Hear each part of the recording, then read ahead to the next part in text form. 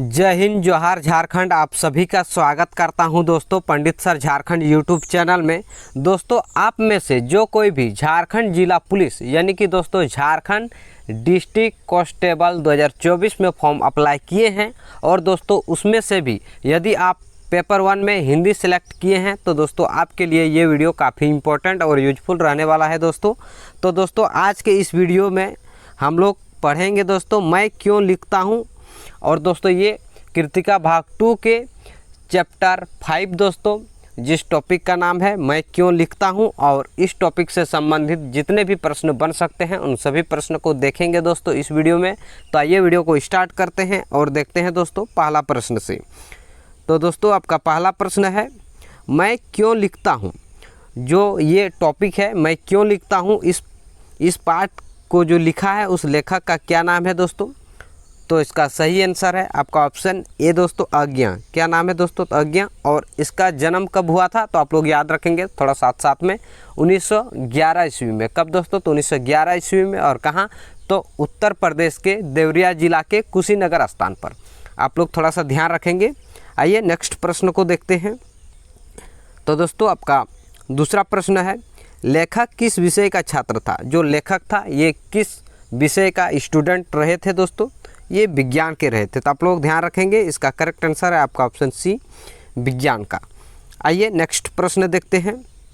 तो दोस्तों आपका नेक्स्ट प्रश्न है कोई भी लेखक लिखने के पश्चात क्या अनुभव करता है। तो दोस्तों कोई भी लेखक कोई भी चीज़ को लिखता है तो वो क्या अनुभव करता है दोस्तों? तो मुक्ति का। यानी कि दोस्तों आप अगर किसी लेखक को कोई भी चीज़ अगर लिखने के लिए दे देते हैं और वो लेखक यदि वो अपने काम को पूरा कर लेते तो वो सोचते हैं कि मेरा टेंशन मुक्त हो गया। तो इसी वजह से आप लोग याद रखेंगे, इसका सही आंसर है आपका ऑप्शन सी दोस्तों, मुक्ति का। आइए नेक्स्ट प्रश्न देखते हैं दोस्तों। और सभी प्रश्न को काफ़ी फास्ट में करवाते हैं, बहुत ही कम समय में सभी प्रश्न को हम लोग कंप्लीट करेंगे दोस्तों। तो आपका प्रश्न है लेखक ने हिरोशिमा पर कविता लिखने की प्रेरणा किससे मिली। तो दोस्तों जो लेखक है, लेखक को हिरोशिमा के ऊपर कविता लिखनी थी। तो दोस्तों जो ये लेखक जो है ये लिख नहीं पा रहा था, तो ये प्रेरणा जो बाद में इसको आया तो ये कहाँ से मिली थी दोस्तों? तो हिरोशिमा की यात्रा के समय एक पत्थर पर उभरी मानव छाया देखकर। तो दोस्तों इसका करेक्ट आंसर है आपका ऑप्शन ए, हिरोशिमा की यात्रा पर जो समय गए थे हिरोशिमा के यात्रा पर, उस समय एक पत्थर पर जो है एक मानव का जो चित्र बना हुआ था, यानी कि उसे देखकर इसे प्रेरणा मिली थी कविता लिखने की, और बाद में ये कविता लिखा भी। तो आप लोग याद रखेंगे, इसका सही आंसर है आपका ऑप्शन ए दोस्तों। और जितने भी प्रश्न लाए हैं सभी प्रश्न कहीं ना कहीं एग्ज़ाम में पूछा गया है और इस एग्ज़ाम में भी पूछा जाएगा। तो दोस्तों आप लोग सभी प्रश्नों को ध्यान से देखिएगा। आइए आपका नेक्स्ट प्रश्न को देखते हैं। तो दोस्तों आपका प्रश्न है अनुभव और अनुभूति में क्या अंतर है। दोस्तों अनुभव और अनुभूति में क्या अंतर है?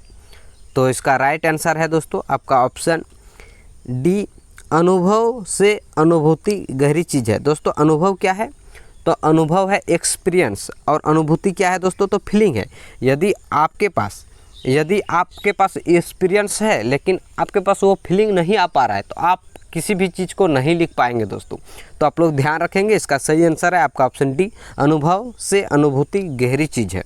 आप लोग याद रखेंगे, इसका सही आंसर है आपका ऑप्शन डी। आइए नेक्स्ट प्रश्न देखते हैं। तो दोस्तों आपका प्रश्न है हिरोशिमा नगर किस देश में स्थित है। दोस्तों जो हिरोशिमा है ये हिरोशिमा किस देश में पड़ता है? तो इसका सही आंसर है आपका ऑप्शन दोस्तों ए, जापान में। कहाँ दोस्तों? तो जापान में पड़ता है। और इसी हिरोशिमा में सेकेंड विश्व युद्ध के समय में परमाणु बम गिराया गया था, और इसी के ऊपर ये जो टॉपिक है बात किया गया है दोस्तों। तो आप लोग ध्यान रखेंगे, इसका सही आंसर है आपका ऑप्शन ए। आइए नेक्स्ट प्रश्न देखते हैं। तो आपका प्रश्न है दोस्तों लेखक द्वितीय विश्व युद्ध के समय कहाँ पर था। तो दोस्तों लेखक जो है जो अज्ञा जी, ये द्वितीय विश्व युद्ध जब चल रहे थे उस समय ये कहाँ थे? तो दोस्तों ये थे पूर्वी सीमा पर, यानी कि भारत के पूर्वी सीमा पर, यानी कि अपने घर में थे। और ये जितने भी वहाँ पे बमबारी हो रहे थे, जितने भी युद्ध हो रहे थे, वो सभी को जो है न्यूज़ के माध्यम से ये पढ़ रहे थे और समझ रहे थे और जान रहे थे ये चीज़ हो रहा था। लेकिन इसको जो भी है चीज़ बताया जा रहा था, जो भी न्यूज़ में बताया जा रहा था, उस चीज़ को मतलब कि इसको मतलब उतना ही नहीं हो पा रहा था कि नॉलेज तो था लेकिन कलेक्ट नहीं कर पा रहा था कि हिरोशिमा पर कुछ कविता लिखे। लेकिन ये फाइनली जब गया वहाँ पे घूमने के लिए तब इसको पता चला कि रियली में ये हुआ, और उसे देखकर बहुत दुख लगा और वहाँ पे एक कविता भी लिखा। और दोस्तों इस टॉपिक में उस चीज़ के बारे में वर्णन भी किया है। तो आप लोग ध्यान रखेंगे, इसका सही आंसर है आपका ऑप्शन बी। आइए नेक्स्ट देखते हैं। तो दोस्तों आपका नेक्स्ट प्रश्न है, लेखक क्यों लिखता है? दोस्तों कोई भी लेखक कोई भी चीज़ को क्यों लिखता है? तो दोस्तों इसका कारण है बाहरी दबाव के कारण भी हो सकता है, भीतरी विशेषता के कारण। तो इसका सही आंसर होगा आपका ऑप्शन सी दोस्तों, ए और बी दोनों। यानी कि अगर कोई लिखने के लिए कह देते हैं कि आपको इतना अमाउंट दिया जाएगा या इतने पैसे दिया जाएगा, तो आप इसके बारे में एक चीज़ को लिखिए या एक कहानी लिखिए, तो आप उससे भी लिखते हैं। और किसी को अगर लिखने की मन है तो उस चीज़ के लिए भी लिखता है, यानी कि कोई अपने जीवन की प्रथा लिखते हैं, कोई बहुत ऐसे चीज़ है जो लिख के रखते हैं, तो वो भी कारण हो सकते हैं। तो इसका जो सही आंसर है आपका ऑप्शन सी हो जाएगा। थोड़ा सा आप लोग ध्यान रखेंगे। आइए नेक्स्ट प्रश्न देखते हैं।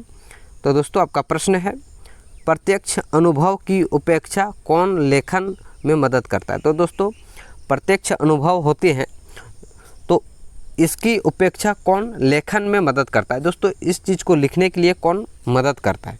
तो कौन करता है दोस्तों? तो इसका सही आंसर होगा आपका ऑप्शन बी दोस्तों, अनुभूति। अनुभूति का मतलब होता है दोस्तों फीलिंग।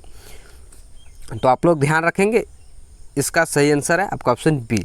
और दोस्तों यदि आपको वीडियो पसंद आए तो वीडियो को लाइक कीजिएगा और ज़्यादा से ज़्यादा शेयर कीजिएगा दोस्तों। आइए नेक्स्ट प्रश्न को देखते हैं।